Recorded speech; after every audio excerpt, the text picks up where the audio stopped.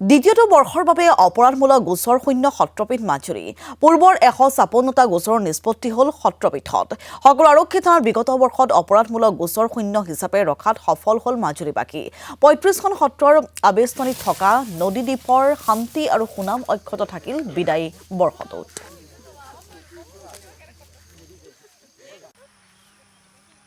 বছৰৰ দৰে এইবাৰো আমাৰ মাজুলী আৰক্ষী গোটেইকেইখন থানা মিলাই গোচৰ শূন্য হৈছে।